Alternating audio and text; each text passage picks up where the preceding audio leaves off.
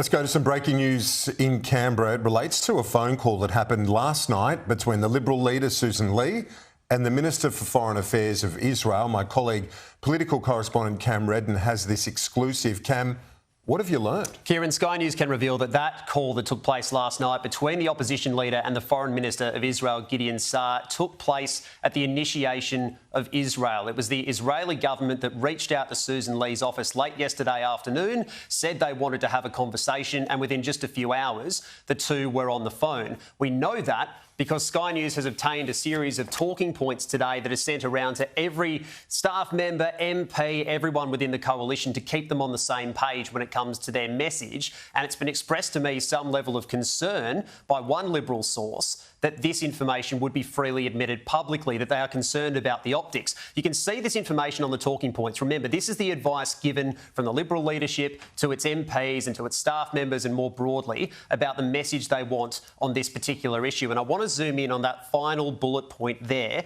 Dated are these talking points Tuesday, the 23rd of September, so today. And it advises MPs that if they are asked about the call between Sussan Ley and Gideon, they are to say who initiated the call. It was a request by the government of Israel. That's new information. We did not know that. Following the call last night, both Gideon and Sussan Ley posted about it on social media, but did not say exactly how the call came about. The Foreign Minister of Israel saying this. He says, "I expressed our appreciation for her position," that is Sussan Ley, "opposing the government of Australia's recent decision and for her announcement that should there be a change of government in Australia, that decision would be reversed." Sussan Ley then posted on X as well, saying, "I expressed my disappointment on this phone call at the break with bipartisanship, that is in Australia, and reiterated the coalition's long-held position that recognition must only come at the end of a genuine two-state process." She also went on to say now is the wrong time while Hamas still holds those hostages.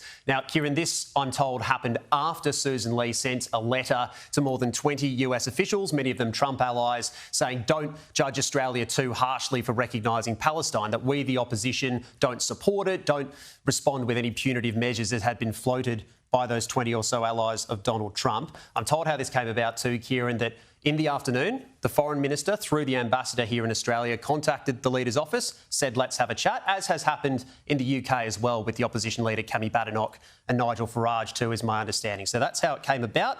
We now know how exactly that happened, Kieran, that the request came from Israel. These talking points leaked because a concern was expressed to me about the optics broadly for the coalition of a senior member of the Netanyahu government endorsing or commenting on the coalition's position against the government more broadly. Very interesting story, that, Cam. Thank you for that.